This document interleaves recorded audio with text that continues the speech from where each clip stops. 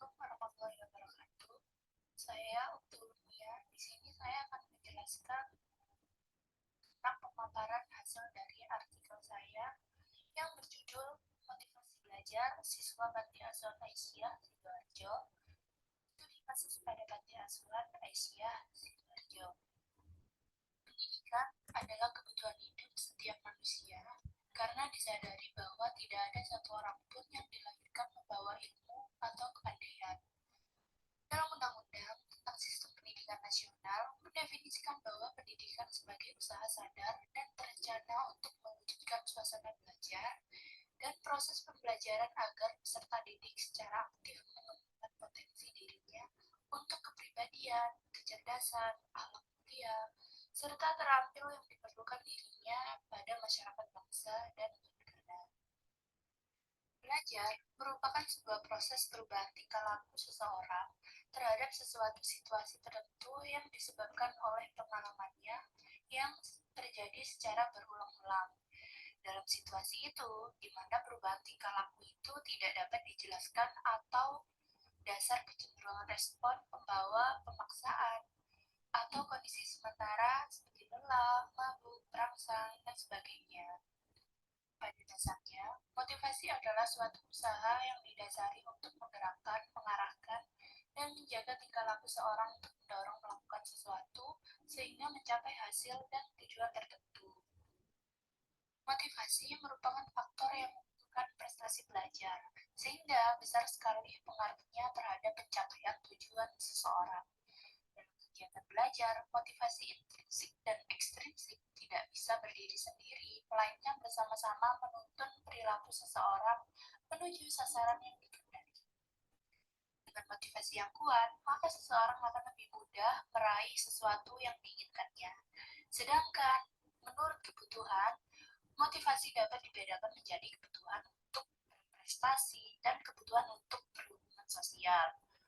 Motivasi setiap individu pada hakikatnya memanglah tidak sama. Ada yang tingkat motivasinya tinggi dan ada juga yang tingkat motivasinya rendah. Sehingga setiap siswa juga mempunyai prestasi belajar yang berbeda-beda dalam mencapai tujuan. Dalam hal belajar, siswa akan berhasil belajarnya kalau dirinya ada kemauan untuk keinginan atau dorongan. Nah, inilah yang disebut dengan motivasi. Motivasi adalah dorongan yang menggerakkan diri untuk melakukan sesuatu sehingga mencapai tujuan yang ingin dicapai. Kondisi siswa di mana siswa yang dalam keadaan fit akan menyebabkan siswa tersebut bersemangat dalam belajar dan mampu menyelesaikan tugas dengan baik. Kebalikannya, dengan siswa yang sedang sakit atau banyak persoalan, maka siswa tersebut tidak akan mempunyai gairah dalam belajar. Di samping itu, kondisi lingkungan siswa yang berupa keadaan alam, lingkungan tempat tinggal, pergaulan sebaya, kehidupan kemasyarakatan, juga mendukung adanya semangat dalam belajar. Misalnya, dengan lingkungan yang aman, tentram, tertib, dan indah, maka semangat dan motivasi belajar mudah diperkuat. Selain itu, melalui unsur-unsur dinamis dalam belajar, yakni dengan siswa yang memiliki perasaan, perhatian, kemauan, ingatan, dan pikiran yang mengalami perubahan berkat pengalaman hidup, dan yang terakhir adalah pembelajaran yang baik berkat bimbingan, merupakan kondisi dinamis yang bagus bagi pembelajar.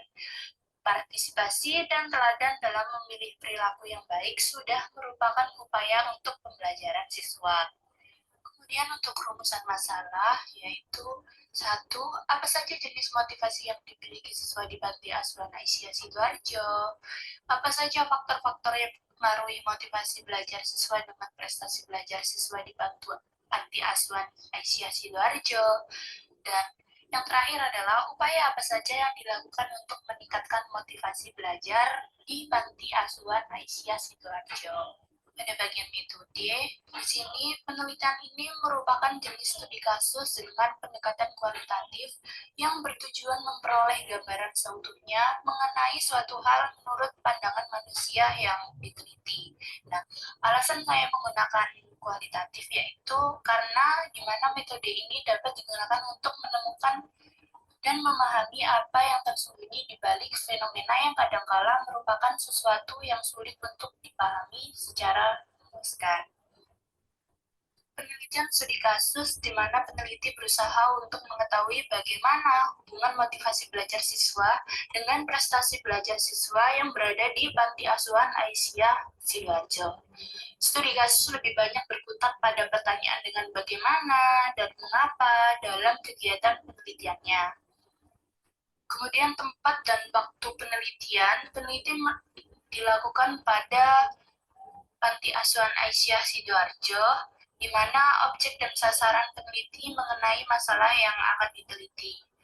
Penelitian dilakukan pada bulan Oktober sampai Desember 2022, di mana yang menjadi subjek adalah siswa dan guru yang berada di sana. Pada teknik pengumpulan data, peneliti menggunakan observasi, wawancara, dan dokumentasi. Kemudian untuk instrumen pengumpulan data, peneliti menggunakan pedoman wawancara dan juga pedoman observasi. Permasalahan manajemen kelas yang efektif dalam pembelajaran di kelas. Pedoman observasi dirumuskan dengan memperhatikan komponen-komponen dalam mengelola kelas, yaitu bersikap tanggung jawab, membagi perhatian secara visual dan verbal, memastikan perhatian kelompok, memberikan tunjuk-tunjuk, dan menegur secara bijaksana.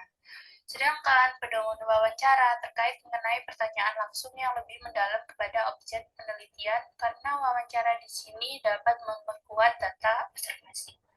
Untuk keabsahan data, peneliti menggunakan teknik triangulasi. Kemudian pada analisis induktif menggunakan analisis interaktif model dari Miles and Huberman dari buku Sugiono pada tahun 2016.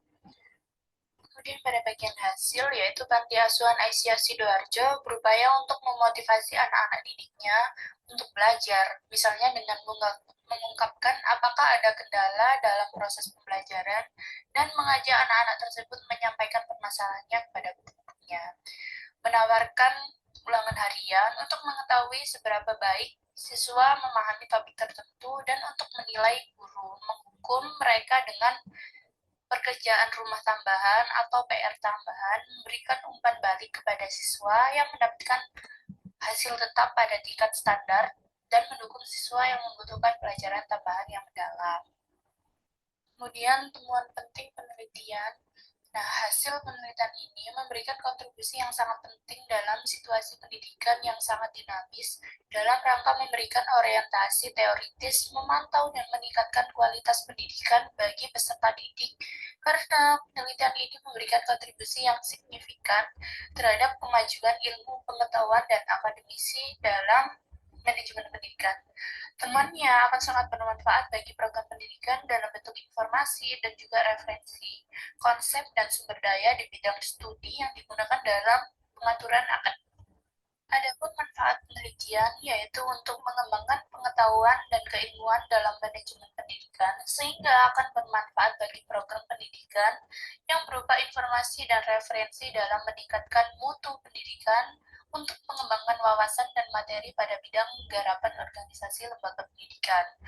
Untuk mengetahui seberapa besar motivasi belajar siswa, apakah siswa sudah mencapai hasil yang maksimal dalam pembelajaran di sekolah.